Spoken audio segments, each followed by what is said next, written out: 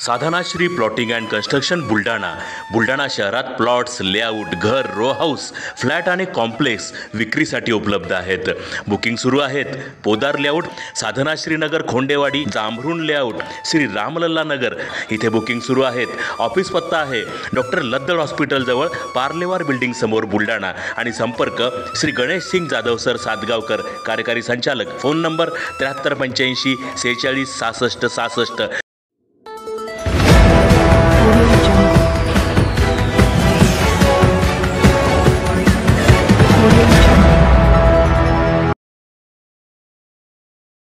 बाळाच्या पोटातील बाळ प्रकरणात जन्मलेल्या बाळावर यशस्वी शस्त्रक्रिया.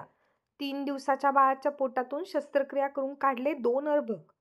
बाळाच्या पोटात 2 अर्भक निघण्याची पहिलीच दुर्मिळ अशी घटना. बुलढाणा जिल्ह्यातील गर्भवती महिलेच्या पोटातील बाळाच्या पोटात बाळ प्रकरणात जन्मलेल्या त्या बाळावर अमरावती येथील विभागीय रुग्णालयात यशस्वी शस्त्रक्रिया पार पडली आहे. महत्त्वाची बाब म्हणजे या बाळाच्या पोटातून चक्क 2 अर्भक बाहेर काढण्यात आले आहेत. अशा प्रकारे एखाद्या बाळाच्या पोटात 2 अर्भक असण्याची ही जगातील पहिलीच घटना असल्याचं बोललं जात आहे. अमरावती येथील 5 डॉक्टर आणि 4 नर्सच्या टीमने या बाळावर यशस्वीरित्या शस्त्रक्रिया करून हे 2 अर्भक बाहेर काढली आहेत. ज्या बाळावर शस्त्रक्रिया केली ते बाळही सुखरूप असल्याची माहिती डॉक्टरांकडून देण्यात आली आहे.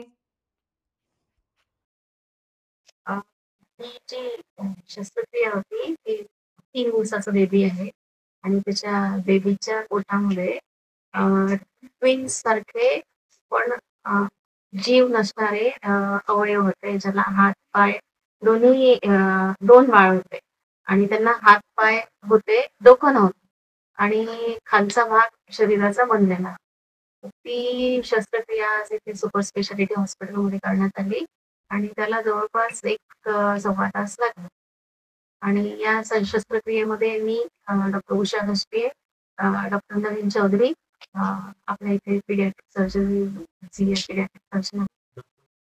शस्त्रक्रिया चॅलेंजिंग असतेच, कारण की 3 दिवसाच्या बाळामध्ये तुम्ही जर मोठी शस्त्रक्रिया करता, ज्याच्या पोटामध्ये 2 बाळ आहेत आणि ते तुम्हाला काढायचे आहे, त्याला रक्त सप्लाय पण असतो. तो रक्त सप्लाय नॉर्मल शरीराच्या अवयवाला जोडलेला असतो आणि त्यापासून तुम्हाला ते सेपरेट करावं लागतं.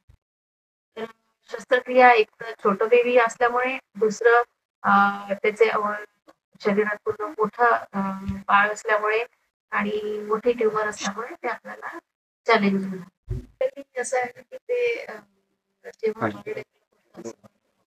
जसं आपल्याला ट्विन्स आणि ट्रिपलेट्स वगैरे होतात, त्या टाईपचं सुरुवातीचं जे फर्टिलायझेशन होतं आणि ते नॉर्मल आईच्या युटरसमध्ये न इम्प्लांट होतात, जे डेव्हलप होणारं एक बाळ असतं त्याच्या पोटामध्ये किंवा शरीरातल्या कुठल्याही भागामध्ये ते डेव्हलप होऊ शकतं.